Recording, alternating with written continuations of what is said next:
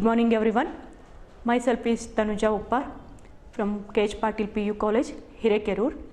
In today's class, I am going to discussing about the Unit 11, Japan and Brazil through a traveler's eye. Here in this one lesson, the writer George Mikas was discussing about his travels. ಇಲ್ಲಿ ಏನಂತಂದರೆ ಬಹಳಷ್ಟು ಜನ ನೀವೇನಂತಂದರೆ travels ಮಾಡಿರ್ತೀರ, ಬೇರೆ ಬೇರೆ ಪ್ರದೇಶಗಳಿಗೆ visit ಮಾಡಿರ್ತೀರ, ಪ್ರವಾಸಗಳನ್ನು ಕೈಗೊಂಡಿರ್ತೀರ. ಈ ಒಂದು ಪ್ರವಾಸಗಳನ್ನು ಕೈಗೊಳ್ಳೋದ್ರ ಉದ್ದೇಶ ಏನಾಗಿರುತ್ತೆ ಅಂತಂದರೆ ಆ ಒಂದು ಪ್ರದೇಶ ಏನಿದೆ ಅಲ್ಲಿಯ ಒಂದು ಸಂಸ್ಕೃತಿಯನ್ನು ತಿಳ್ಕೊಳ್ಳೋದಾಗಿರುತ್ತೆ, ಅಲ್ಲಿಯ ಒಂದು ಸ್ಥಳ ಪರಿಚಯವನ್ನು ಮಾಡ್ಕೊಳ್ಳೋದಾಗಿರುತ್ತೆ, ಅಲ್ಲಿಯ ಒಂದು ಇತಿಹಾಸವನ್ನು ತಿಳ್ಕೊಳ್ಳೋದಾಗಿರುತ್ತೆ. ಅದೇ ರೀತಿಯಾಗಿ ಇಲ್ಲಿ ಜಾರ್ಜ್ ಮಿಕಸ್ ಅವರು ಸಹ ಜಪಾನ್ ಮತ್ತು ಬ್ರೆಜಿಲ್ ಅನ್ನುವಂತಹ ಎರಡು ದೇಶಗಳಿಗೆ ಭೇಟಿ ಕೊಡ್ತಾರೆ. ಅಲ್ಲಿ ಆಗಿರುವಂತಹ ತಮ್ಮ ಒಂದು ಅನುಭವಗಳನ್ನು ಈ ಒಂದು ಲೆಸನ್ನಲ್ಲಿ ಅವ್ರು ಏನು ಮಾಡಿದ್ದಾರೆ ಅಂತಂದರೆ ಹೇಳ್ತಾ ಹೋಗಿದ್ದಾರೆ. This is the account of the writers travel in Japan and Brazil. ಅವರ ಒಂದು ಅನುಭವಗಳು ಯಾವ ರೀತಿಯಾಗಿತ್ತು. ಸೊ ಅವರ ಅಲ್ಲಿಯ ಒಂದು ಜಪಾನ್ನ ಒಂದು ಸಂಸ್ಕೃತಿಯ ಬಗ್ಗೆ ಬರೀತಾರೆ. ಜಪಾನ್ನಲ್ಲಿರೋವಂಥ ಒಂದು ಬೋವಿಂಗ್ ಕಲ್ಚರ್ ಏನಿದೆ, ಬಾಗುವಂಥದ್ದು, ನಮ್ಮಲ್ಲಿ ಏನು ಒಂದು ನಮಸ್ಕರಿಸುವಂಥ ಒಂದು ಪದ್ಧತಿ ಏನಿದೆ, ಅಲ್ಲಿಯೂ ಒಂದು ಸಂಸ್ಕೃತಿ ಇದೆ. ಬೋವಿಂಗ್, ಬಾಗುವಂಥದ್ದು, ಆ ಒಂದು ಬೋವಿಂಗ್ ಕಲ್ಚರ್ ಬಗ್ಗೆ ಹೇಳ್ತಾರೆ. ನೆಕ್ಸ್ಟ್ ಮತ್ತು ಅಲ್ಲಿಯ ಒಂದು ಈಟಿಂಗ್ ಸೂಪ್ ಬಗ್ಗೆ ಹೇಳ್ತಾರೆ. ನೆಕ್ಸ್ಟ್ ಅಲ್ಲಿಯ ಒಂದು how the people give a respect to the privacy, ಒಬ್ಬ ವ್ಯಕ್ತಿಯ ಒಂದು ಖಾಸಗಿತನಕ್ಕೆ ಎಷ್ಟೊಂದು ಗೌರವವನ್ನು ಕೊಡ್ತಾರೆ ಅನ್ನೋದ್ರ ಬಗ್ಗೆ ಈ ಒಂದು ಲೆಸನ್ನಲ್ಲಿ ಹೇಳ್ತಾರೆ. ಮತ್ತು ಬ್ರೆಜಿಲ್ ಬಗ್ಗೆ ಹೇಳಬೇಕಿದ್ರೆ ಅವರು ಬ್ರೆಜಿಲಲ್ಲಿ ಇರೋವಂತಹ ಒಂದು ಟ್ರಾಫಿಕ್ ಬಗ್ಗೆ ಹೇಳ್ತಾ ಹೋಗ್ತಾರೆ. ಇದೆಲ್ಲವನ್ನು ಏನಂತಂದರೆ ಈ ಒಂದು ಪ್ರೆಸೆಂಟ್ ಲೆಸನ್ನಲ್ಲಿ ಅವರು ಡಿಸ್ಕಸ್ ಮಾಡೋ ಅಂಥದ್ದು. The excerpts talk about the some practices unique to these two countries. ಈ ಎರಡು ಕಂಟ್ರೀಸ್ ಬಗ್ಗೆ ಇರೋವಂಥ ಒಂದು ಪ್ರಾಕ್ಟೀಸಸ್ ಬಗ್ಗೆ ಇಲ್ಲಿ ಟು ಕಂಟ್ರೀಸಲ್ಲಿ ಇರೋವಂಥ ಒಂದು ಪ್ರಾಕ್ಟೀಸಸ್ ಬಗ್ಗೆ ಇಲ್ಲಿ ಅವರು ಹೇಳ್ತಾ ಹೋಗುವಂಥದ್ದು. First we will go with the Japan. ಈ ಒಂದು ಜಪಾನೀಸ್ ಮ್ಯಾನರ್ಸ್ ಬಗ್ಗೆ ರೈಟರ್ ಏನನ್ನ ಹೇಳಿದ್ದಾರೆ. Japanese manners, the writers talk about the visit to Japan. When the writer visit to the Japan, upon the arriving there, he is impressed by the extremely well-mannered people. The writer was very impressed by the well-mannered people of Japan. ಜಪಾನ್ನಲ್ಲಿ ಇರೋವಂಥ ಒಂದು ಒಳ್ಳೆಯ ಸುಸಂಸ್ಕೃತರಾಗಿರುವಂಥ ಒಂದು ಜನರ ಬಗ್ಗೆ ಇಲ್ಲಿ ಅವರು ಹೇಳ್ತಾರೆ. ವೆಲ್ ಮ್ಯಾನರ್ಡ್ ಅಂತ ಹೇಳ್ತಾರೆ. The Japanese are well mannered, ಸುಸಂಸ್ಕೃತರು ಅಂತ. ನೆಕ್ಸ್ಟಲ್ಲಿ ಏನಂತಂದರೆ he also notices that since the country is very small, Japan is a very small country. In ಏರಿಯಾನಲ್ಲಿ ಬಂದಾಗ ಒಂದು ಪ್ರದೇಶವನ್ನು ನಾವು ನೋಡಿಕೊಂಡಾಗ ಜಪಾನ್ ಅನ್ನೋ ಅಂಥದ್ದೇನಿದೆ ಇದೊಂದು ಬಹಳಷ್ಟು ಸಣ್ಣ ಪ್ರದೇಶ. Although the people respect others privacy by not listening to their private talk. ಅಲ್ಲಿ ಪ್ರತಿಯೊಂದು ಸ್ಥಳದಲ್ಲಿನೂ ಏನಾಗಿದೆ ಅಂತಂದರೆ ಈ ಒಂದು ಜಪಾನ್ನಲ್ಲಿ ಬಹಳಷ್ಟು ಸಣ್ಣದಾಗಿರೋದ್ರಿಂದ ಜನಸಂದಣಿ ಜಾಸ್ತಿ ಇದೆ. ಆ ಜನಸಂದಣಿ ಜಾಸ್ತಿ ಇದ್ದಾಗ ಅಲ್ಲಿರೋವಂಥ ಒಂದು ಲ್ಯಾಂಡ್ಲೈನಲ್ಲಿ ಏನು ಜನ ಮಾತನಾಡಬೇಕಾಗಿರುವಂಥ ಪರಿಸ್ಥಿತಿ ಬರುತ್ತದೆ.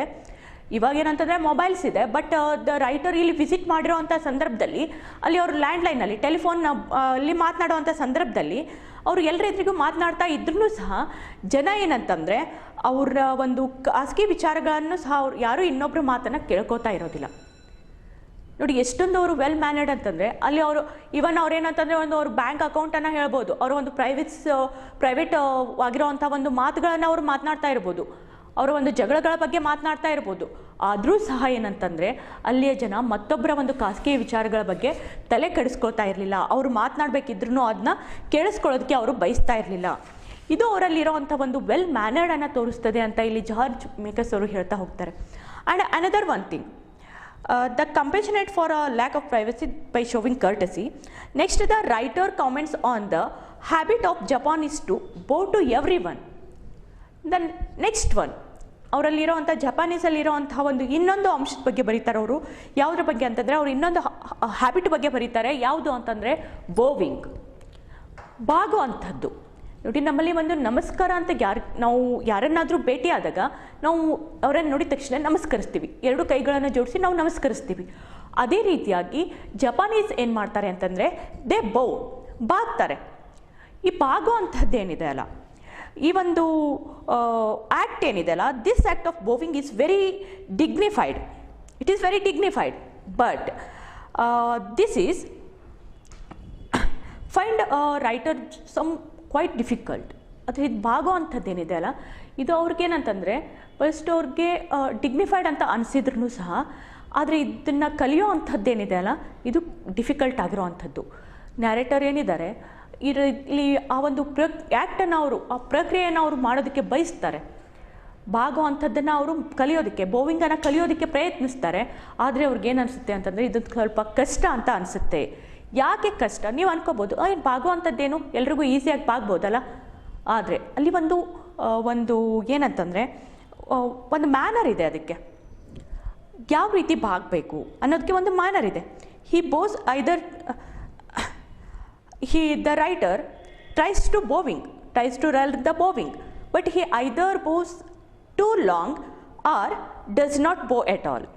ಅವರು ಬಾಗೋದಕ್ಕೆ ಏನು ಪ್ರಯತ್ನ ಪಡ್ತಿರ್ತಾರೆ, ಒಂದು ಸಾರಿ ಏನಂತಂದರೆ ಬಹಳಷ್ಟು ಬಾಗ್ತಾ ಇರ್ತಾರೆ, ಅದಕ್ಕೆ ಅಥವಾ ಬಾಗೋದಕ್ಕೆ ಹೋಗ್ತಾನೆ ಇರೋದಿಲ್ಲ. ಈ ರೀತಿಯಾಗಿ ಕನ್ಫ್ಯೂಷನ್ ಆಗ್ತಾ ಇರುತ್ತೆ. ಆ್ಯಂಡ್ ಇಲ್ಲಿ ಇನ್ನೊಂದು ಥಿಂಗ್ ಏನಂತಂದರೆ, he learns that there is a hierarchy in bowing. According to the writer, there is a hierarchy in bowing. Who bows to whom? How deeply and for how long? ಯಾರು ಯಾರಿಗೆ ಬಾಗಬೇಕು, ಎಷ್ಟು ಮಟ್ಟಿಗೆ ಬಾಗಬೇಕು. It is a hierarchy. There is who bows to whom, how deeply and how for.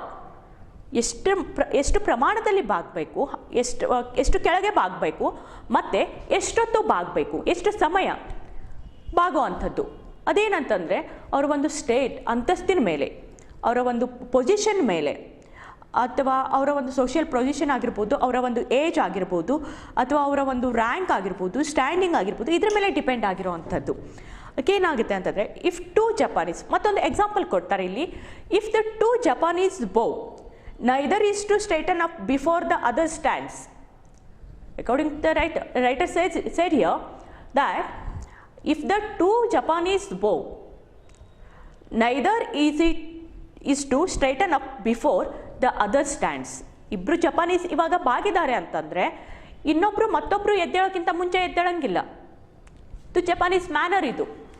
So ಈ ರೀತಿ ಇದ್ದಾಗ ಇದು ಬೇರೆ ಒಂದು ಫಾರಿನರ್ಸ್ಗೆ, ವಿದೇಶಿಯರಿಗೆ ಇದೇನಾಗುತ್ತೆ ಅಂತಂದರೆ, ಬೇರೆ ದೇಶದಿಂದ ಬಂದಿರೋ ಅಂಥವ್ರಿಗೆ ಇವರ ಒಂದು ಮ್ಯಾನರ್ನ ಅರ್ಥ ಮಾಡ್ಕೊಳ್ಳೋ ಅಂಥದ್ದು ಕಷ್ಟ ಆಗ್ತದೆ. The Japanese manage this without a difficulty. But the Japanese ಇದೇನಂತಂದರೆ, ಜಪಾನೀಸ್ ಏನಿದ್ದಾರೆ ಇದನ್ನು ಯಾವುದೇ ಒಂದು ಡಿಫಿಕಲ್ಟಿ ಇಲ್ದೇ, ಕಷ್ಟ ಇಲ್ದೇ ಅವರು ಆರಾಮಾಗಿ ಇದನ್ನು ಅಳವಡಿಸ್ಕೊಂಡಿದ್ದಾರೆ. Even the smallest difference in rank, standing, age, social position will be subtle reflected in that split. Second, man's bow is a shorter than the others.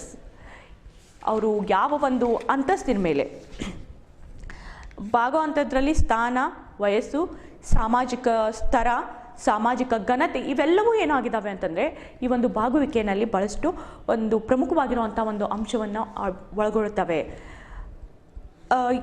ಅದೇ ರೀತಿಯಾಗಿ ಇಲ್ಲಿ ಇನ್ನೊಂದು ಮಾತನ್ನು ಏನು ಹೇಳ್ತಾರೆ ರೈಟರ್ ಅಂತಂದರೆ, there are a clear cut rules in the family also. ಒಂದು ಫ್ಯಾಮಿಲಿನಲ್ಲಿನೂ ಒಂದು ಕ್ಲಿಯರ್ ಕಟ್ ರೂಲ್ಸ್ ಇದೆ. ಏನಂತಂದರೆ,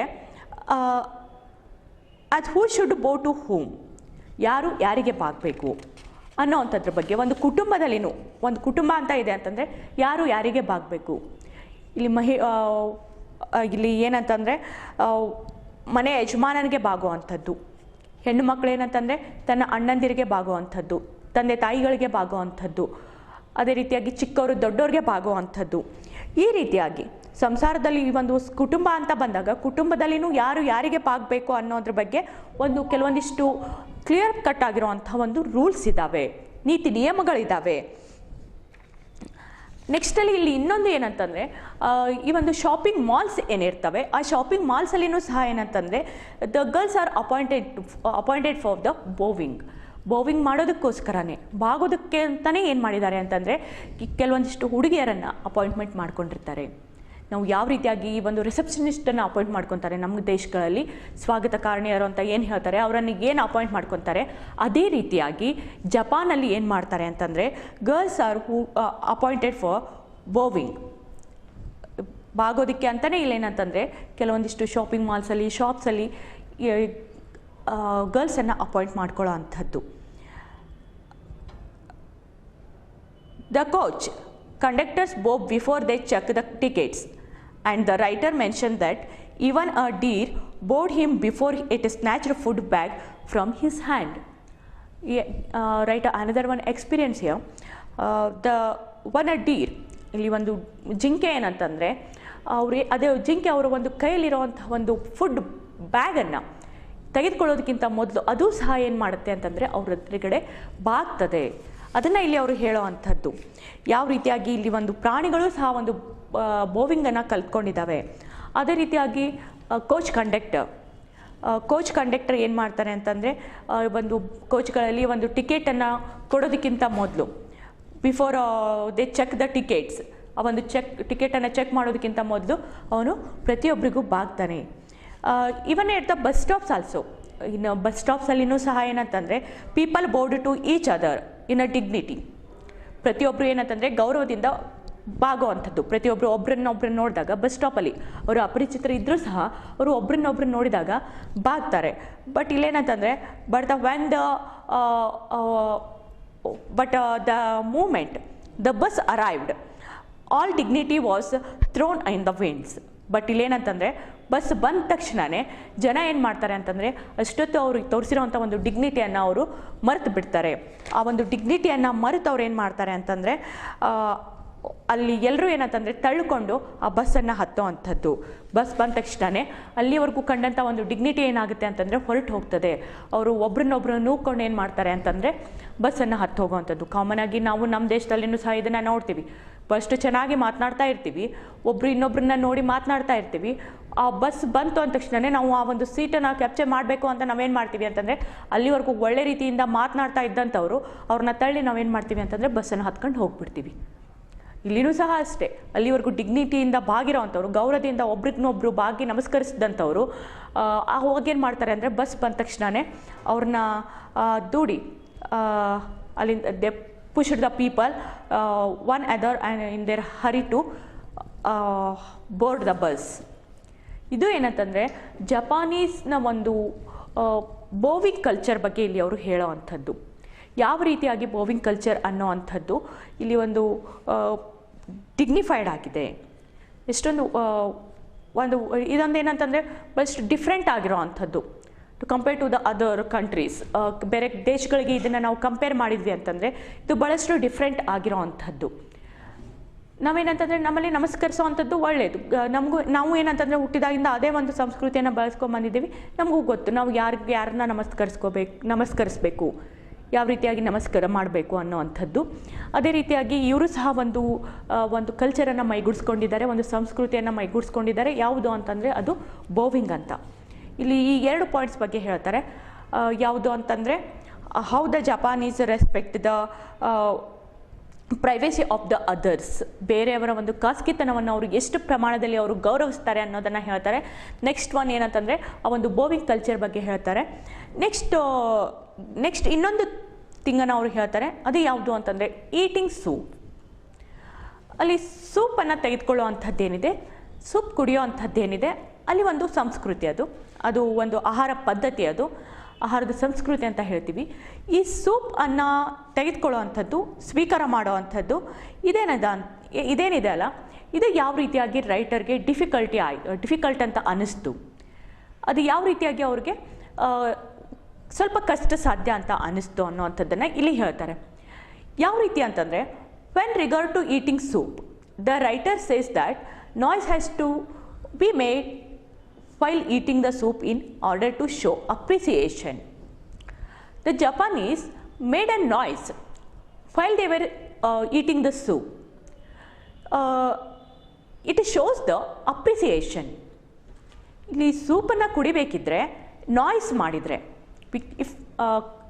when the people create the noise, it shows the appreciation. ನೋಡಿ ಸೂಪ್ ಕುಡಿತಾ ಇರಬೇಕಿದ್ರೆ ಅದು ಒಂದು ಸೌಂಡ್ ಮಾಡ್ತೀವಲ್ಲ, ಆ ರೀತಿ ಶಬ್ದ ಹೊರಡಿಸೋ ಅಂಥದ್ದು ಏನಿದೆ ಅಲ್ಲ, ಆ ಒಂದು ಶಬ್ದ ಹೊರಡಿಸೋ ಅಂಥದ್ದು ಅದೇನಂತಂದರೆ ನಮಗದೇನು ಅನಿಸುತ್ತೆ, ಅದೊಂದು ಮ್ಯಾನರ್ಲೆಸ್ ಅಂತ ಅನಿಸುತ್ತೆ. ನಾವು ಅದನ್ನು ಬೈಕೋತೀವಿ. ಯಾರಾದರೂ ಊಟ ಮಾಡಬೇಕಿದ್ರೆ ನಾವು ಸೌಂಡ್ ಮಾಡಿದರೆ, ಅಥವಾ ಟೀ ಕುಡಿಬೇಕಿದ್ರೆ ಸೌಂಡ್ ಮಾಡಿದರೆ ನಮ್ಗೆ ಅದೇನಂತ ಅನಿಸುತ್ತೆ ಅಂತಂದರೆ ಒಂಥರ ಮುಜುಗರ ಅಂತ ಅನಿಸುತ್ತೆ. ಬಟ್ ಇಲ್ಲಿ ಏನಂತಂದರೆ ಜಪಾನೀಸಲ್ಲಿ ಏನಂತಂದರೆ making a noise while eating the soup it shows the appreciation. ಇದು ಅವರ ಒಂದು ಏನು ನಮ್ಗೆ ಸತ್ಕಾರ ಮಾಡಿರ್ತಾರೆ, ಆ ಒಂದು ಸತ್ಕಾರ ಮಾಡಿರೋರಿಗೆ ಒಂದು ಅಪ್ರಿಸಿಯೇಷನನ್ನು ತೋರಿಸೋ ಅಂಥ ಒಂದು ರೀತಿ, ಅವರನ್ನು ಹೊಗಳೋ ಅಂಥ ಒಂದು ರೀತಿ. ಆದರೆ however when a foreigner does make us noise, ಒಂದು ವೇಳೆ ಒಬ್ಬ ವಿದೇಶಿ ಆಗಿರೋ ಅಂಥವನು ಆ ಒಂದು ನಾಯ್ಸನ್ನು ಮಾಡಿದರೆ, if you made a noise, ಒಂದು ಶಬ್ದ ಹೊರಡಿಸಿದ್ರೆ, ಅದು ಆ ಒಂದು ಜಪಾನೀಸ್ ಏನಂತ ಅನ್ಕೋತಾರೆ ಗೊತ್ತಾ? ಜಪಾನೀಸ್ ಹೋಸ್ಟೆಸ್ ಏನಿದ್ದಾರೆ, ಆ ಒಂದು ಅತಿಥಿ ಸತ್ಕಾರವನ್ನು ಏರ್ಪಡಿಸೋರು ಅಂಥವ್ರು ಏನಿದ್ದಾರೆ, ಅವರು ಆತಿಥೇಯರು ಏನಿದ್ದಾರೆ, ಅವ್ರೇನು ಅನ್ಕೊತಾರೆ ಅಂತಂದರೆ they might look at him without a contempt. ಅವಾಗೇನಂತಾರೆ ಅಂತಂದರೆ ಇವ್ರಿಗೇನು ಒಂದು ಸ್ವಲ್ಪ ಮ್ಯಾನರ್ಸ್ ಇಲ್ವಾ, ಯಾವ ರೀತಿಯಾಗಿ ಸೌಂಡ್ ಮಾಡ್ತಾ ಇದ್ದಾರೆ ಅಂತ ಅನ್ಕೋತಾರೆ. ಬಟ್ ಒಂದು ವೇಳೆ if he doesn't if he didn't make a noise, the people they thought that the Japanese thought that they are not appreciation, they didn't show the appreciation.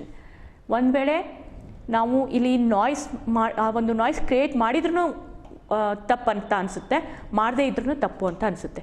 ಒಂದು ವೇಳೆ ನಾವು ನಾಯ್ಸ್ ಕ್ರಿಯೇಟ್ ಮಾಡಿದ್ವಿ ಅಂತಂದರೆ, ಒಂದು ವೇಳೆ ಆ ಒಂದು ಸೂಪನ್ನು ಕುಡಿತಾ ಇರಬೇಕಿದ್ರೆ ಶಬ್ದವನ್ನು ಹೊರಡಿಸಿದ್ವಿ ಅಂತಂದರೆ ಆವಾಗ ಜನ ಏನಂತ ಅಂದ್ಕೊಳ್ತಾರೆ ಅಂತಂದರೆ ಇವ್ರಿಗೇನು ಮ್ಯಾನರ್ಸ್ ಇಲ್ವಾ ಅಂತ ಅಂದ್ಕೊಳ್ತಾರೆ. ಅದೇ ಒಂದು ವೇಳೆ ನಾವು ಅದನ್ನು ಸೌಂಡ್ ಮಾಡದೇ ಇದ್ದರೆ ಇವ್ರಿಗೆ ನಮ್ಮ ಒಂದು ಅತಿಥಿ ಸತ್ಕಾರ ಇಷ್ಟ ಆಗಿಲ್ಲ ಅಂತ ಅನಿಸುತ್ತೆ, ಒಂದು ವೇಳೆ ನಾವು ಮಾಡಿರುವಂಥ ಸೂಪ್ ಇಷ್ಟ ಆಗಿಲ್ಲ ಅಂತ ಅನಿಸುತ್ತೆ. ಇಂಥ ಒಂದು ಸಂದಿಗ್ಧ ಪರಿಸ್ಥಿತಿ, ಈ ಒಂದು ಸಂದಿಗ್ಧ ಪರಿಸ್ಥಿತಿ ಯಾವ ರೀತಿಯಾಗಿ ಇಲ್ಲಿ ರೈಟರ್ ಎದುರಿಸಿದ್ರು ಅನ್ನೋ ಅಂಥದ್ದನ್ನು ಈ ಒಂದು ಪಾರ್ಟಲ್ಲಿ ಅವರು ಹೇಳ್ತಾ ಹೋಗ್ತಾರೆ. ಒಂದು ವೇಳೆ ಸದ್ದನ್ನು ಮಾಡಿದರೆ ಅನಾಗರಿಕರು ಅಂತ ಅನಿಸ್ಕೊಳ್ಳೋ ಅಂಥದ್ದು, ಒಂದು ವೇಳೆ ಸದ್ದನ್ನು ಮಾಡದೇ ಇದ್ದರೆ ಇವರು ಒಂದು ಹೋಸ್ಟ್ ಇಷ್ಟ ಆಗಿಲ್ಲ ಅಂತ ಅನಿಸ್ಕೊಳ್ಳುವಂಥದ್ದು, ಈ ರೀತಿಯಾಗಿ ಎರಡು ರೀತಿಯಾಗಿರುವಂಥ ಒಂದು ಸಂದಿಗ್ಧತೆಯನ್ನು ಅವರು ಇಲ್ಲಿ ಎದುರಿಸಬೇಕಾಗ್ತದೆ.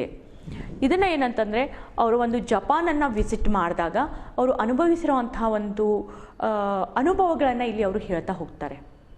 ಇನ್ನು ನೆಕ್ಸ್ಟಲ್ಲಿ ಒಂದು ರೈಟರ್ ವಿಸಿಟ್ ಬ್ರೆಜಿಲ್ ಅನ್ನು ಅವರು ಮೀಟ್ ಮಾಡಿದಾಗ ಬ್ರೆಜಿಲ್ನ ಕುರಿತಾಗಿ ಅವರು ಏನನ್ನು ಹೇಳ್ತಾರೆ, ಬ್ರೆಜಿಲ್ನ ಬಗ್ಗೆ ಅವರು ಹೇಳೋ ಅಂಥದ್ದು ಏನು. ಈ ಬ್ರೆಜಿಲ್ನಲ್ಲಿ ಏನಂತಂದರೆ in the next except he talks about the traffic in Brazil. ಈ ಬ್ರೆಜಿಲ್ನಲ್ಲಿ ಇರೋವಂಥ ಒಂದು ಟ್ರಾಫಿಕ್ ಬಗ್ಗೆ ಅವರು ಮಾತನಾಡ್ತಾರೆ. Talking about the footpaths in Brazil, the writer says that they are very beautiful, well decorated places, reflecting the sense of beauty of the citizens. The Brazilians do not hurry about at all. As long as they are walking, they amble around leisurely. So ಇಲ್ಲಿ ಒಂದು ಬ್ರೆಜಿಲ್ಸ್ನ ಒಂದು traffic ಬಗ್ಗೆ ಅವರು ಬರಿತಾ ಹೋಗ್ತಾರೆ. ಅಲ್ಲಿರೋಂಥ ಒಂದು footpaths ಏನಿದ್ದಾವೆ, ಪಾದಚಾರಿಗಳು ಓಡಾಡುವಂಥ ಒಂದು ಸ್ಥಳಗಳು ಏನಿದ್ದಾವೆ, ಈ ಸ್ಥಳಗಳು ಏನಾಗಿರ್ತವೆ ಅಂತಂದರೆ ದೇ ಆರ್ ವೆಲ್ ಡೆಕೋರೇಟೆಡ್, ಬಹಳಷ್ಟು ಸುಂದರವಾಗಿ ಅವುಗಳನ್ನು ಅಲಂಕರಿಸಿರ್ತಾರೆ. ಅವರ ಒಂದು ಏನಂತಂದರೆ it reflects the sense of beauty of the citizens. ಆ ಒಂದು ಬ್ರೆಜಿಲ್ನ ಒಂದು ಪ್ರಜೆಗಳ ಒಂದು ಸೌಂದರ್ಯ ಪ್ರಜ್ಞೆಯನ್ನು ಅದು ತೋರಿಸ್ಕೊಡ್ತದೆ. ಆ ಒಂದು ಏನು ಫುಟ್ಪಾತ್ಗಳನ್ನು ಅವರು ಅಲಂಕರಿಸಿರುವಂಥ ರೀತಿ ಏನನ್ನು ತೋರಿಸ್ತದೆ ಅಂತಂದರೆ ಆ ಒಂದು ಬ್ರೆಜಿಲ್ನ ಒಂದು ಸಿಟಿಸನ್ಸ್ ನಾಗರಿಕರಲ್ಲಿ ಇರೋವಂತಹ ಒಂದು ಸೌಂದರ್ಯ ಪ್ರಜ್ಞೆಯನ್ನು ಅದು ತೋರಿಸ್ಕೊಡ್ತದೆ. ಅಷ್ಟೊಂದು ಚೆನ್ನಾಗಿ ಅವ್ರು ಏನು ಮಾಡಿರ್ತಾರೆ ಅಂತಂದರೆ ಈ ಒಂದು ಫುಟ್ಪಾತ್ಸನ್ನು ಅವರು ಅರೇಂಜ್ ಮಾಡಿರ್ತಾರೆ. ಅದೇ ರೀತಿಯಾಗಿ ಏನಂತಂದರೆ ಆ ಒಂದು ಜನರಲ್ಲಿ ಅವರು ಏನನ್ನು ಇನ್ನೊಂದು ನೋಡೋ ಅಂಥ ಒಂದು ಅಂಶ ಏನು ಅಂತಂದರೆ the Brazilians do not hurry about at all. ಯಾವುದನ್ನು ಅವ್ರು ಏನಂತಂದರೆ ಅವಸರವಾಗಿ ಅವರು ಅವಸರದಲ್ಲಿ ಇರೋ ಹಾಗೆ ಕಾಣೋದಿಲ್ಲ, ಅವರಲ್ಲಿ ಯಾವುದಕ್ಕೂ ಅವಸರ ಪಡಿಸೋದಿಲ್ಲ. ಅದನ್ನೇ ಇಲ್ಲಿ ಅವರು ನೋಡ್ತಾ ಹೋಗ್ತಾರೆ. ಸೊ ಅಲ್ಲಿಯ ಒಂದು ಹಾದಿಗಳ ಮೇಲೆ ನಡೀತಾ ಇದ್ದರೆ, ಅಲ್ಲಿಯ ಒಂದು ಫುಟ್ಪಾತ್ಸ್ ಮೇಲೆ ನಡೀತಾ ಇದ್ದರೆ, ಹಾದಿಗಳ ಮೇಲೆ ನಡೀತಾ ಇದ್ದರೆ ಜನರಿಗೆ ಮನೆಗೆ ತೆರಳೋದಕ್ಕೆ ಮನಸ್ಸು ಬರೋದಿಲ್ಲ, ಅಷ್ಟೊಂದು ಚೆನ್ನಾಗಿ ಅವುಗಳನ್ನ ಅಲಂಕರಿಸಿರ್ತಾರೆ ಅಂತ ಹೇಳ್ತಾರೆ. ಅವರು ನಡೆಯುವಂಥ ರೀತಿನೂ ಏನಂತಂದರೆ ಬಹಳಷ್ಟು ಸಾವಧಾನವಾಗಿ ಹೇಳ್ತಾರೆ. ಅವ್ರಿಗೆ ಯಾವುದೇ ರೀತಿಯಾಗಿರುವಂಥ ಹರಿ ನಾವು ಕಂಡು ಬರೋದಿಲ್ಲ. Brazilians do not hurry about at all as long as they are walking. ಅವರು ಸಾವಧಾನವಾಗಿ ಅವ್ರು ಏನಂತಂದರೆ ನಡೀತಾ ಇರ್ತಾರೆ. But the same citizens when they are behind a steering wheel are entirely different people. But ಅವ್ರಿಗೆ ಯಾವಾಗ ಒಂದು ಸ್ಟೇರಿಂಗನ್ನು ಹಿಡಿತಾರೆ, ಒಂದು ವಾಹನದ ಒಂದು ಸ್ಟೇರಿಂಗನ್ನು ಅವರು ಹಿಡಿದಾಗ ಆ ಒಂದು ಜನರ ಒಂದು ಮನಸ್ಥಿತಿ ಏನಾಗುತ್ತೆ ಅಂತಂದರೆ ಬದಲಾಗುತ್ತೆ. ಅಷ್ಟೊತ್ತು ಏನಂತಂದರೆ ನಿಧಾನವಾಗಿ ಚಲಿಸ್ತಾ ಇದ್ದಂಥ ಜನ, ಸಾವಧಾನವಾಗಿ ಇದ್ದಂತಹ ಜನ, ಅದೇ ಜನ ಈ ಒಂದು ಕಾರಿನ ಒಂದು ಸ್ಟೇರಿಂಗನ್ನು ಅವರು ಹಿಡಿದ ತಕ್ಷಣವೇ ಅವರನ್ನು ಸ್ಟಾಪ್ ಮಾಡೋದಕ್ಕೇ ಸಾಧ್ಯ ಇಲ್ಲ. ಅಷ್ಟೊಂದು ಹರಿ ಅವರಲ್ಲಿ ಕಂಡು ಬರ್ತದೆ. ಅಷ್ಟೊತ್ತು ಫುಟ್ಪಾತಲ್ಲಿ ಸಾವಧಾನವಾಗಿ ನಡೀತಾ ಇದ್ದಂಥ ಜನ ಏನಿದ್ದಾರೆ ಅವರಲ್ಲಿ ನಾವು ಏನಂತಂದರೆ ಅಷ್ಟೊತ್ತು ಏನಂತಂದರೆ ಅವರಲ್ಲಿ ಸಾವಧಾನತೆಯನ್ನು ನಾವು ನೋಡ್ತಾ ಇರ್ತೀವಿ. ಆದರೆ ಈ ಒಂದು ಬ್ರೆಸಿಲಿಯನ್ಸ್ ಏನು ಒಂದು ಕಾರಿನ ಒಂದು ಸ್ಟೇರಿಂಗನ್ನು ಹಿಡಿದ ತಕ್ಷಣವೇ ದೇ ಬಿಕಮ್ ಟೋಟಲಿ ಚೇಂಜ್. ಅವರ ಒಂದು ವೇಗವನ್ನು ಕಡಿವಾಣ ಹಾಕೋದಕ್ಕೆ ಸಾಧ್ಯ ಇಲ್ಲ. ಅಷ್ಟೊಂದು ಅವರು ಫಾಸ್ಟಾಗಿ ಹೋಗ್ತಾರೆ. ಅವರನ್ನು ನಿಲ್ಲಿಸೋದಕ್ಕೆ ಸಾಧ್ಯ ಆಗೋದಿಲ್ಲ. ಅವರು ಒಂದು ಕ್ಷಣಕ್ಕೂ ಅವರು ಒಂದು ಕಾರಿನ ಒಂದು ವೇಗವನ್ನು ಹೆಚ್ಚಿಸ್ಕೊತ ಅವರು ಕಾರನ್ನು ಓಡಿಸ್ತಾ ಇರ್ತಾರೆ. ಇದು ಅಲ್ಲಿಯ ಒಂದು ವೇಳೆ they drive murderously fast and the target the pedestrians. ಒಂದು ಪಾದಚಾರಿಗಳೇನಿದ್ದಾರೆ, ಪೆಡೆಸ್ಟ್ರಿಯನ್ಸ್ ಏನಿದ್ದಾರೆ, ಆ ಒಂದು ಪಾದಚಾರಿಗಳು ಏನಾದರೂ they target the pedestrians who dare to step off the pavement. ಒಂದು ವೇಳೆ ಯಾರಾದರೂ ಪಾದಚಾರಿಗಳು ರಸ್ತೆಗೆ ಇಳಿದ್ರೆ ದೇ ಟಾರ್ಗೆಟ್ ದಮ್, ಅವರನ್ನೇ ಅವ್ರು ಏನು ಮಾಡ್ತಾರೆ ಅಂತಂದರೆ ಟಾರ್ಗೆಟ್ ಮಾಡ್ತಾರೆ. ಬಹಳಷ್ಟು ಮರ್ಡರಸ್ ಆಗಿರೋ ಅಂಥ ಒಂದು ಸೀನ್ ಅದಾಗಿರುತ್ತೆ.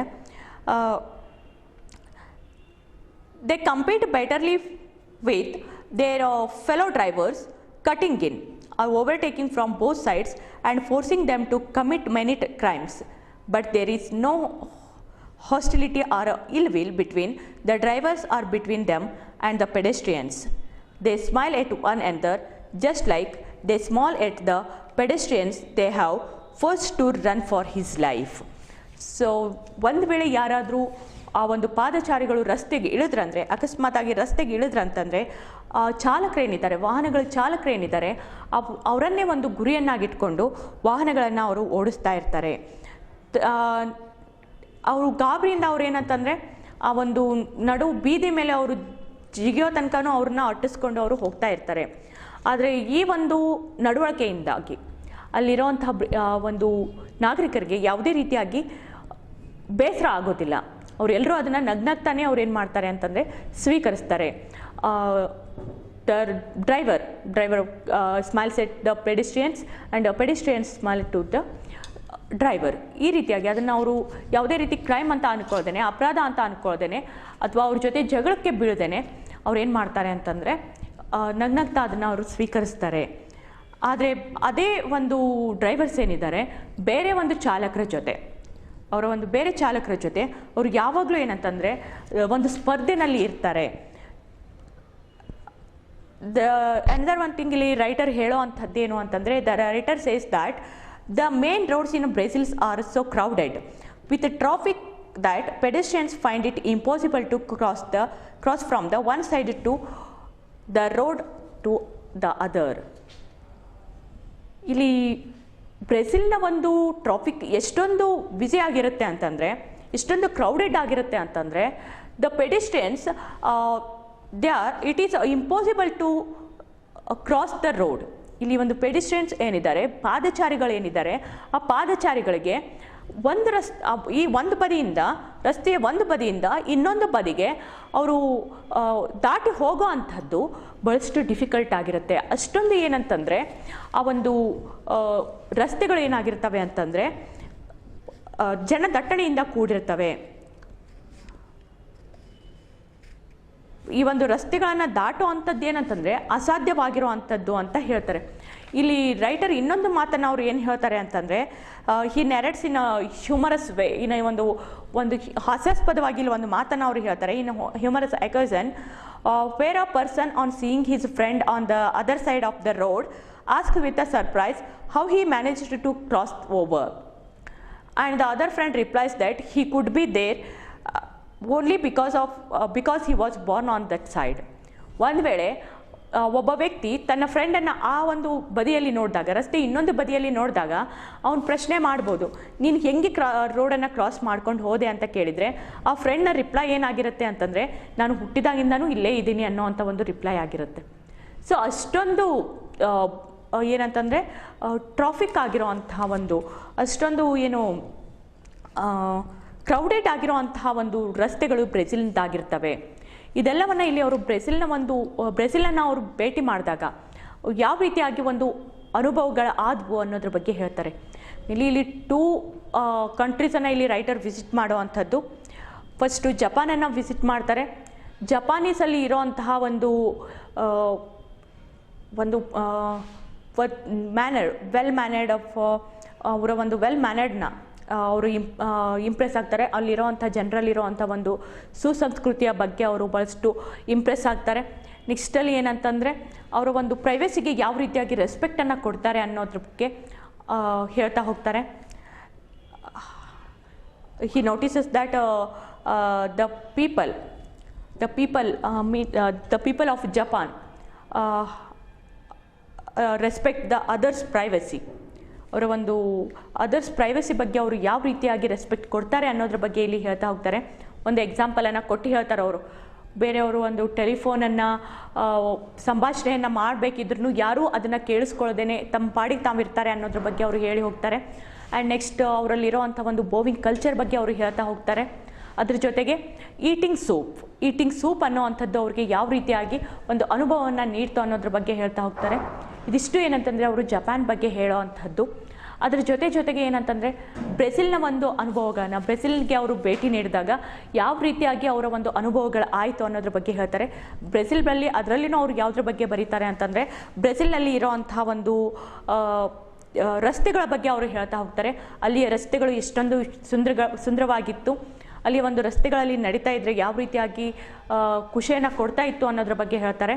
ಅದ್ರ ಜೊತೆಗೆ ಏನಂತಂದರೆ ಅಲ್ಲಿಯ ಒಂದು ಜನ ಯಾವ ರೀತಿಯಾಗಿ ಪೆಡೆಸ್ಟ್ರಿಯನ್ ಆಗಿದ್ದಾಗ, ಪಾದಚಾರಿಗಳಾಗಿದ್ದಾಗ ಅವ್ರು ಯಾವ ರೀತಿಯಾಗಿ ನಡ್ಕೊಳ್ತಾ ಇರ್ತಾರೆ, ಅವರ ಒಂದು ಬಿಹೇವಿಯರ್ಸ್ ಯಾವ ರೀತಿಯಾಗಿರುತ್ತೆ, ಅದೇ ಅವರು ಒಂದು ಕಾರಿನ ಸ್ಟೇರಿಂಗನ್ನು ಹಿಡಿದಾಗ ಅವರ ಒಂದು ಬಿಹೇವಿಯರ್ ಯಾವ ರೀತಿಯಾಗಿರುತ್ತೆ ಅನ್ನೋದ್ರ ಬಗ್ಗೆ ಇವರು ಇಲ್ಲಿ ಎಕ್ಸ್ಪ್ಲೇನ್ ಮಾಡ್ತಾ ಹೋಗ್ತಾರೆ.